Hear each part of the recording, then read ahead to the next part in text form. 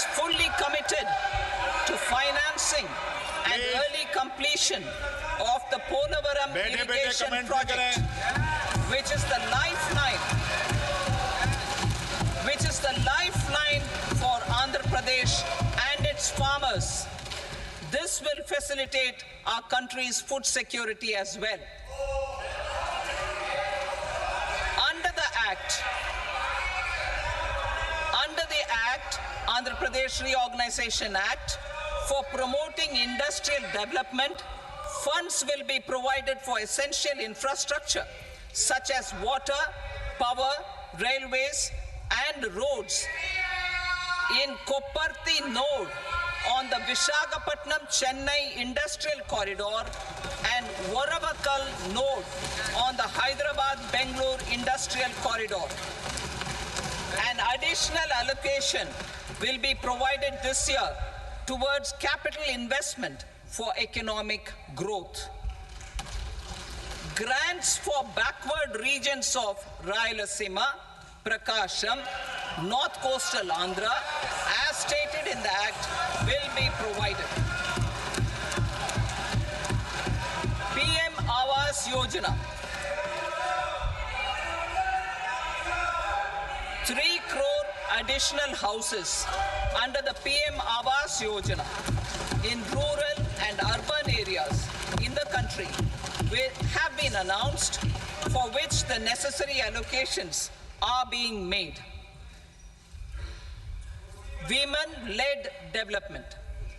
For promoting women-led development, the budget carries an allocation of more than 3 lakh crore for schemes benefiting women and girls. This signals our government's commitment for enhancing women's role in economic development. Pradhan Mantri Janjatiya Unnat Gram Abhiyan. For improving the socio-economic condition of tribal communities, we will launch the Pradhan Mantri Janjatiya Unnat Gram Abhiyan by adopting saturation coverage for tribal families in tribal majority villages and aspirational districts.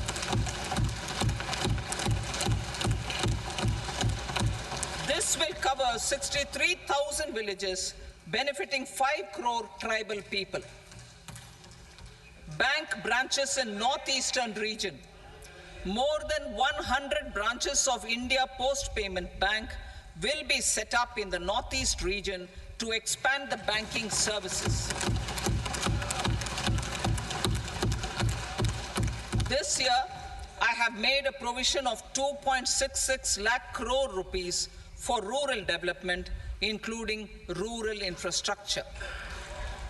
Priority 4, manufacturing and services, support for promotion of MSMEs. This budget provides special attention to MSMEs and manufacturing, particularly labor-intensive manufacturing. We have formulated a package covering financing, regulatory changes, and technology support for MSMEs to help them grow and also compete globally, as mentioned in the interim budget. I'm happy to announce the following specific measures. Credit guarantee scheme for MSMEs in the manufacturing sector. For facilitating term loans to MSMEs for purchase of machinery and equipment without collateral or third-party guarantee, a credit guarantee scheme will be introduced. The scheme will operate on pooling of credit risks of such MSMEs. A separately constituted self-financing guarantee fund will provide to each applicant guarantee cover up to 100 crore rupees, while the loan amount may be larger. The borrower will have to provide an upfront guarantee fee and an annual guarantee fee on the reducing loan balance. New assessment model for MSME credit. Public sector banks will build their own in-house capability to assess MSMEs for credit instead of relying on external assessment. They will also take a lead in developing or getting developed a new credit assessment model based on the scoring of digital footprints of the MSMEs in the economy. This is expected to be a significant improvement over the traditional assessment of credit eligibility based only on asset or turnover criteria.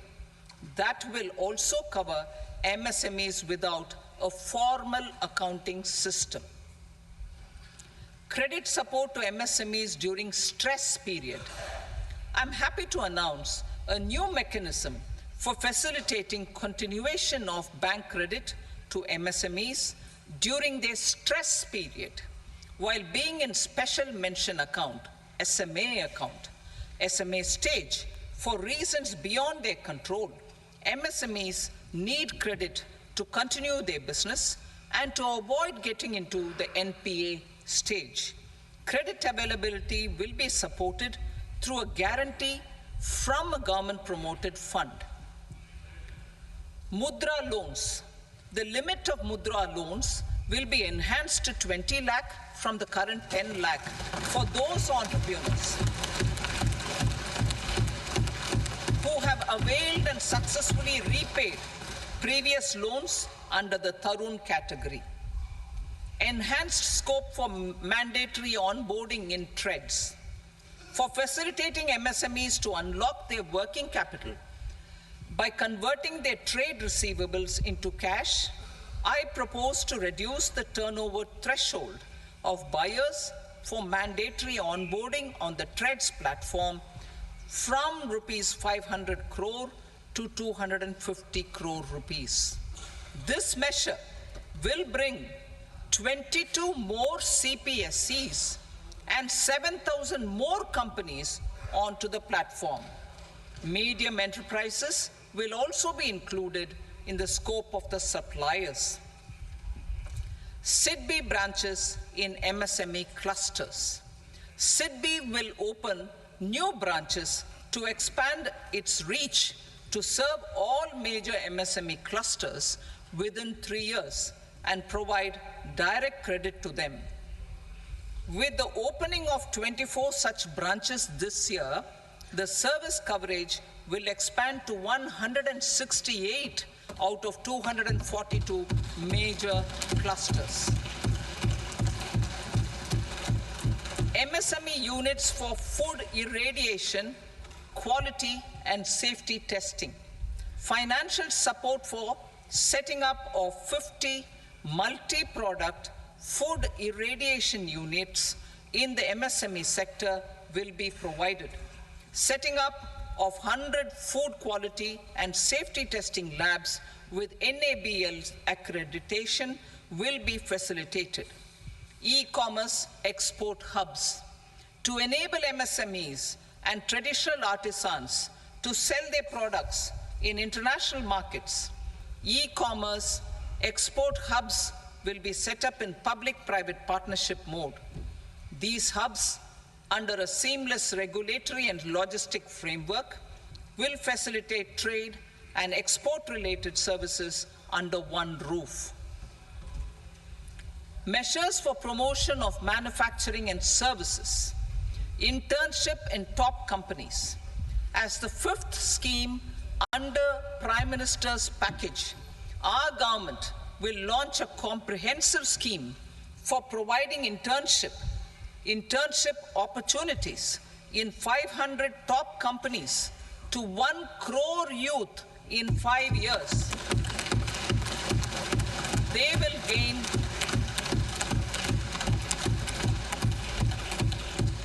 will gain exposure for 12 months to real-life business environment, varied professions, and employment opportunities. An internship allowance of 5,000 per month, 5,000 rupees per month, along with a one-time assistance of 6,000 rupees will be provided. Companies will be expected to bear the training cost and 10% of their internship cost from their CSR funds. Industrial parks. Our government will facilitate development of investment-ready, plug-and-play industrial parks with complete infrastructure in or near 100 cities in partnership with the states and private sector by better using town planning schemes. 12 industrial parks under the National Industrial Corridor Development Program also will be sanctioned.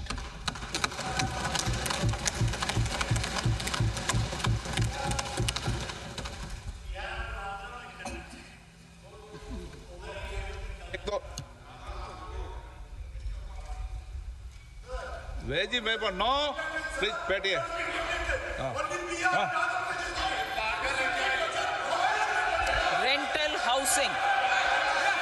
rental housing with dormitory type accommodation for industrial workers will be just 1 minute. Rental housing, I repeat, rental housing with dormitory type accommodation for industrial workers will be facilitated in PPP mode with VGF support and commitment from anchor industries.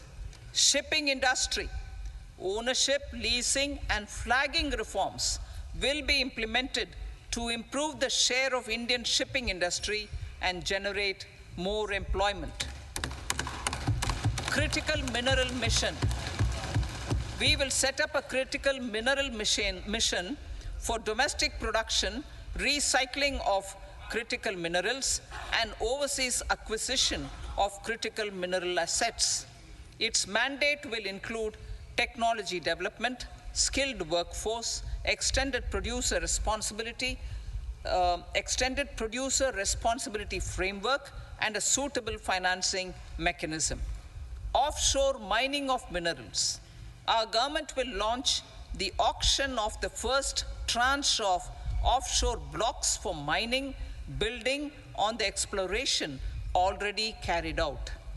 Digital public infrastructure applications. Turning to the services sector, I propose development of DPI applications at population scale for productivity gains, business opportunities, and innovation by the private sector.